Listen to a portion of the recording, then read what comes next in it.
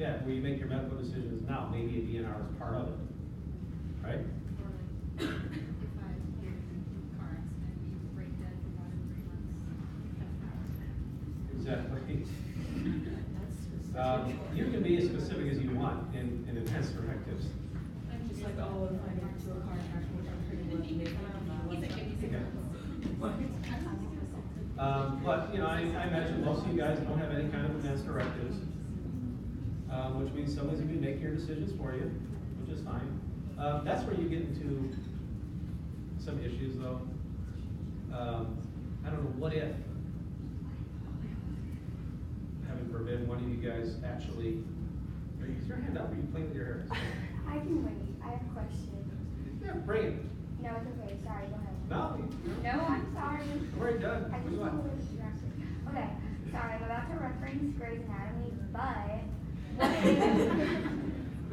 what if it's like their religion and you don't know? Like, what if they're not able to tell you and you give them a blood transfusion and then they think they're going to hell? I don't know. I don't know what to tell you. Well, If somebody has no bracelet, if they don't have advance directives, if they, you know, don't let you know, I mean, you have to save them. If somebody from the family comes in and says, hey, this person would not want you to do that, okay, that's a totally different story. If they say for sure, huh? Yeah?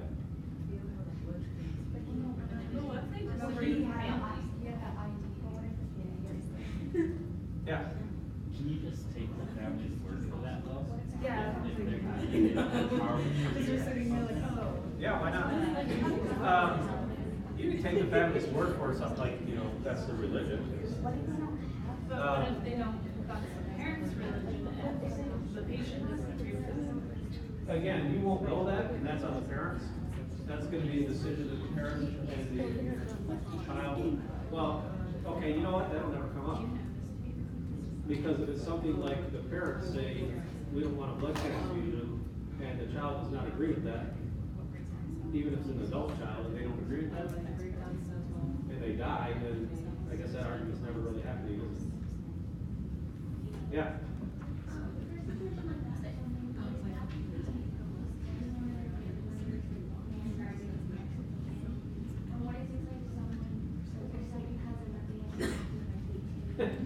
Well, I mean, you have to have common sense. You have to have common sense.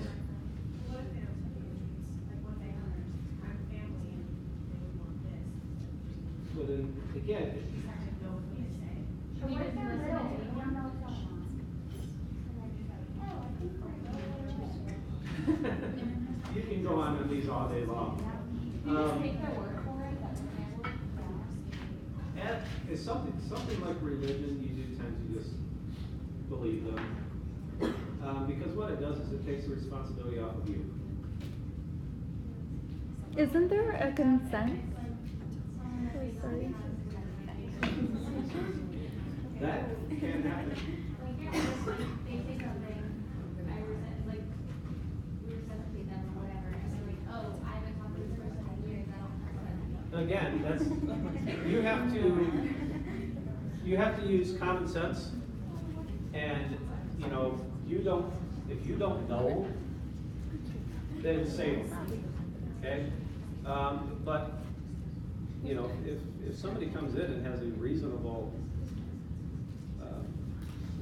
credibility, you know, it at least takes responsibility off you.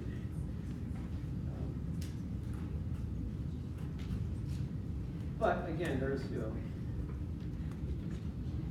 no matter how hard you try, sometimes there's going to be some weird things like that that just get thrown in there, and you might get hauled in the corner here and there. Yeah. So isn't there a patient consent to refuse treatment? What's that? Isn't there a consent where a patient can refuse treatment? Yes.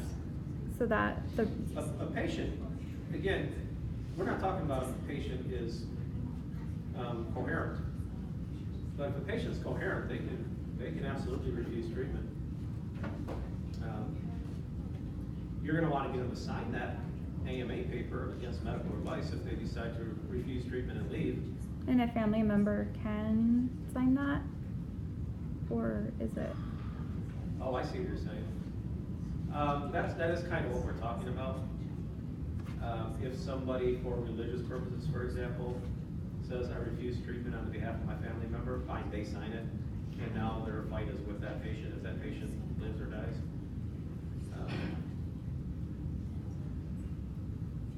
Yeah. I was just thinking because of liability to the healthcare. Uh-huh, yeah.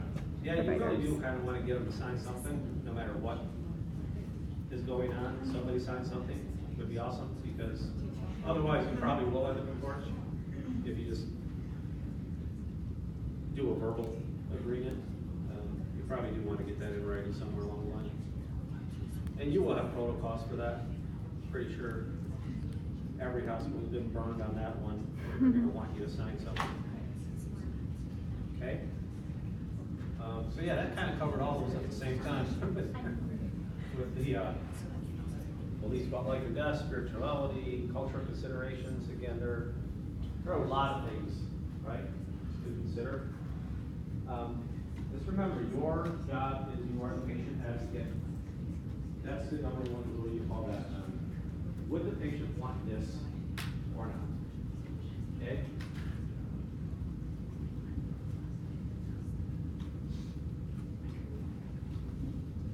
Okay. Any other questions or comments?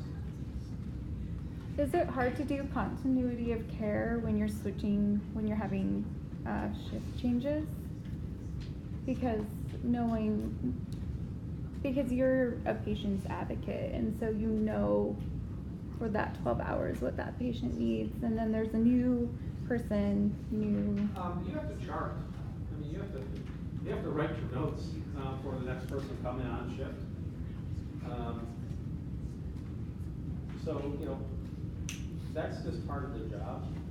You have to leave good notes.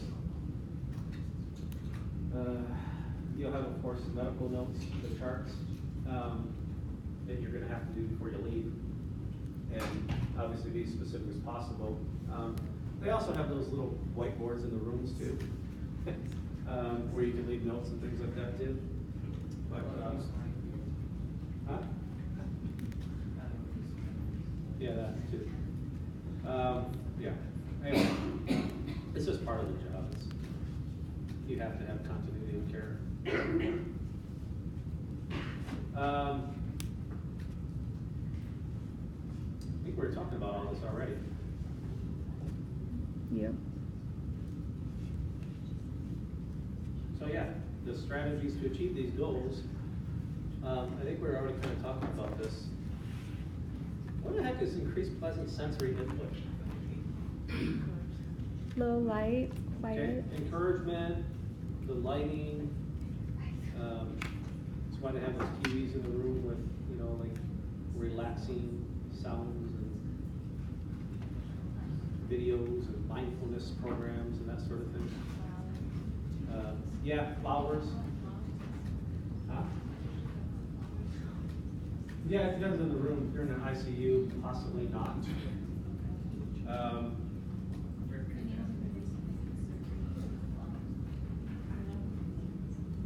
That should be the rule. It's not always the case, though. In fact, my son was just had that emergency surgery a couple weeks ago. Ends up in the ICU. Some lady came up and, here, I want to deliver flowers. What's it in there? Perfect. I know. That's, yeah. Anyway.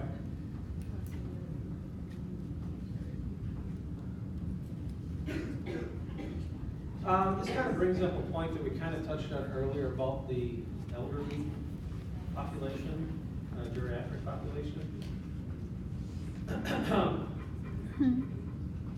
They don't tend to heal as fast, as you probably know, right?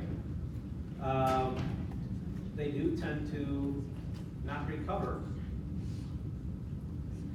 either as fast or at all compared to younger people, okay? The reason I bring this up is we're going to have patients that with the same condition as somebody younger, they may not make it through. Okay, they're gonna have concerns. Some of them you might think are kind of silly. They may be right. One thing about the elderly is they've been around a long time and they know their bodies. They may be right, so you have to kind of keep that you're in context, because they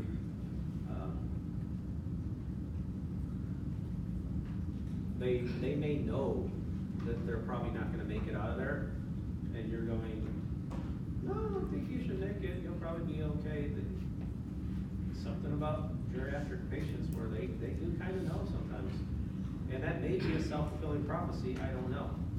But they tend to be fairly accurate on whether they're going to live or not.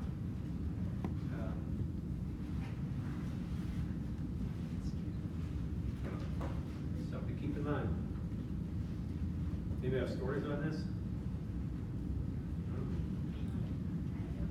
Kind of?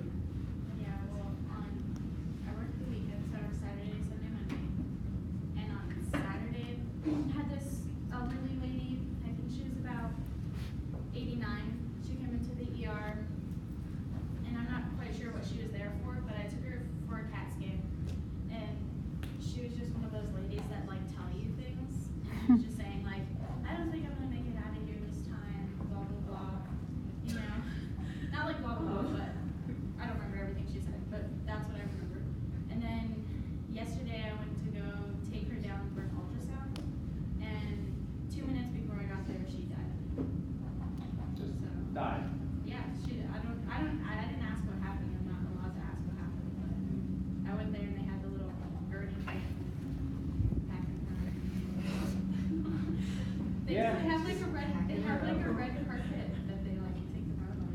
Yeah, it's kind of weird with elderly about their ability to know if they're not coming out. She wasn't sad though.